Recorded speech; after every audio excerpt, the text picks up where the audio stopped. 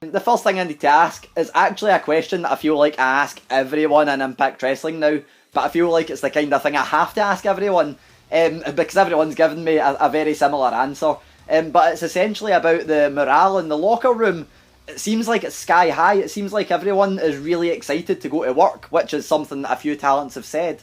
Is that something you feel? And if so, what do you think the reason is for it?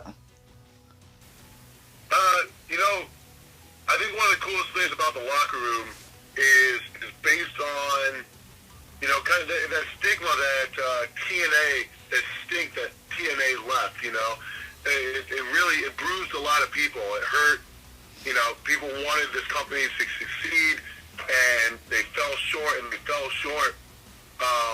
to see what Don and Scott are doing to turn this around, and to see, that little bits of our hard work are paying off. We're getting bigger venues. We're getting more opportunities. There's bigger contracts being let out. And that resonates with the locker room. We have a group of men and women who, want to build something. We want to make something special. There's an opportunity to have professional wrestling that's completely different from WWE or AEW. It's a new sort of program, and they let us go out and just to have matches the way that we want to do them, to provide that freedom. And, all these guys, from other places I've been, other companies I've worked, there's not as much trying to step on each other's heads and keep each other down. Guys want to, we want to have great matches. We want to have great professional wrestling. And everyone's trying to lift everyone up that ladder because, it's actually Moose who said it to me. The higher up we can pull people up the ladder, the better opponents we're going to have, for matches later on down the road. And it's not just one or two people thinking that. It's a whole roster of people working together to build something new and exciting. And, I think that's why everyone really comes together as a group and tries so hard at Impact. Yeah, that's something that one of the people that had mentioned it before is Desmond Xavier, and he actually name-checked you in the interview as well. And he said that, I essentially said to him the same question, and I asked who were the people that he was looking at in the ring that he would want to work with, and he said everyone watches everyone's matches and there's just really high morale, but he did name you in particular as one to watch and said he'd love to work with you after seeing you in the ring. Who in Impact are you looking forward to working with, or who do you think is going to have maybe the biggest year of their career this year? Well, now I kind of feel obligated to say that. Don't get me wrong, Dez is a tremendous wrestler, and he's definitely one to watch. His charisma and his in-ring talent is nothing to be messed with, man. He is on top of his game right now. And not to mention, he's the only person who really stands up and screams at the monitor when we're watching matches. He's not afraid to let people see how excited he gets over pro wrestling. Like, that man is one of the most passionate guys I think pro wrestling has to offer. But when it comes to me, when it comes to my size and my ability and what I can bring, I really want to, test what I got against the likes of Michael Elgin. Yeah. Someone who thinks of himself as a big man in pro wrestling. And it's always been one of my goals to be a monster, to be a giant.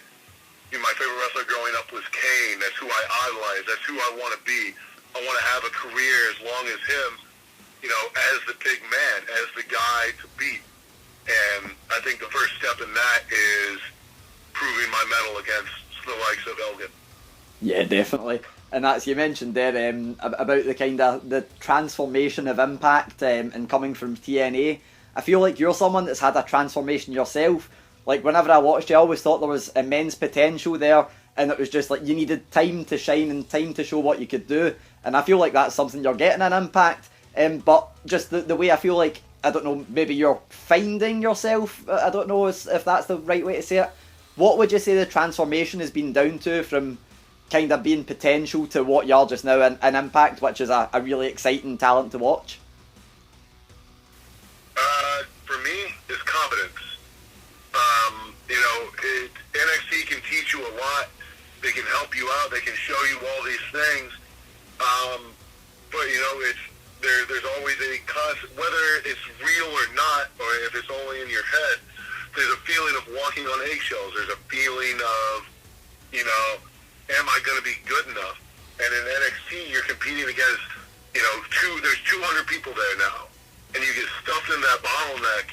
And when there's no avenue for you to travel up, you're stuck in place, and you begin to doubt yourself. Those feelings creep in. When I was released and I was out on the independent circuit, it no longer becomes, how do I get up there? Because that check is gone. It quickly becomes, how do I get good enough to eat? Yeah. How do I get good enough to make more money? How do I get good enough to advance myself, to give myself a better life?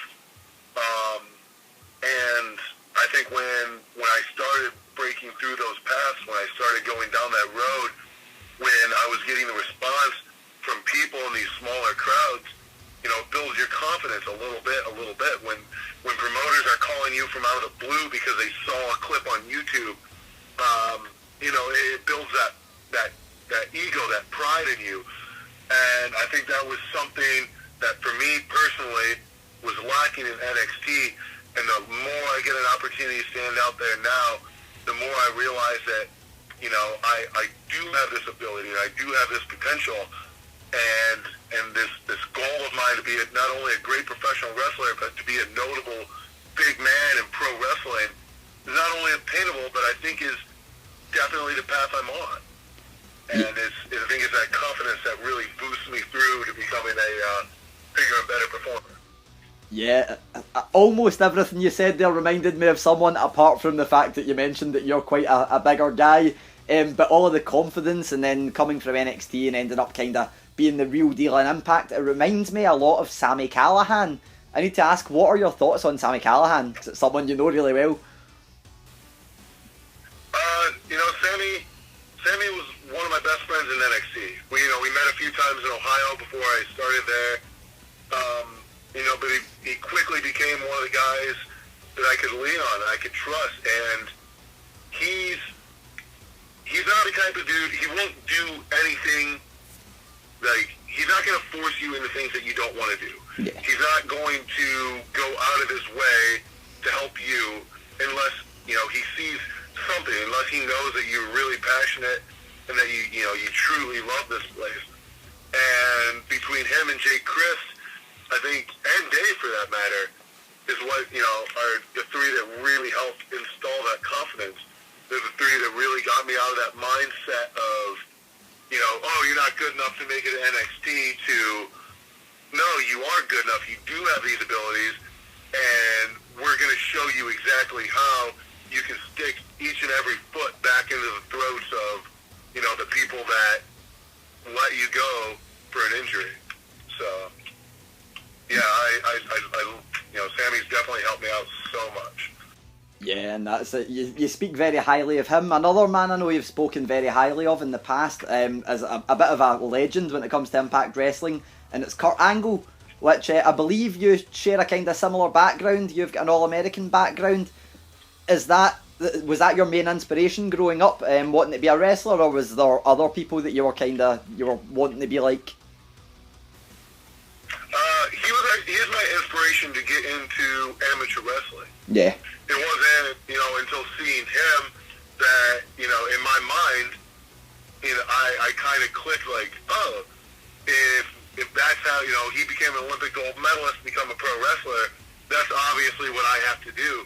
I showed up at my school to start wrestling, and there wasn't a ring in the gym like I had originally thought. There was just a mat. So I figured, you gotta get good on the mat before you move on to the ring, which wasn't untrue. Yeah. It only took 16 years, but the first wrestler I fell in love with was Kane. Oh, yeah. It was because I had an older brother growing up, and he loved Undertaker, and of course, as a younger brother, you by law cannot have the same. You gotta like the exact opposite thing. Yeah. And the exact opposite of Undertaker was Kane.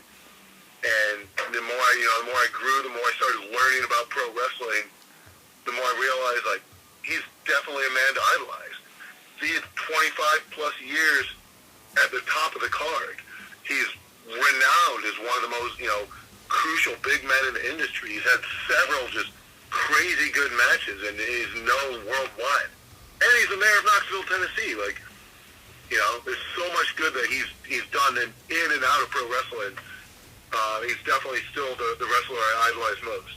Yeah, most definitely. And I think Impact right now has quite a few, you would say, veterans and legends in the locker room. The likes of Ken Shamrock, Rob Van Dam, Rhino and Tommy Dreamer. What's it like getting to work alongside people like that?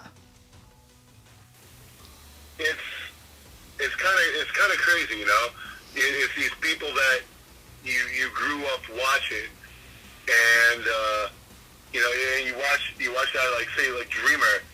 I grew up watching him on ECW, and I'd watch these guys rush down the ring to save him. The Dudleys would come out, beat the hell out of him. Come out for these baby faces to save him, and it's kind of feeling that now I'm in that position.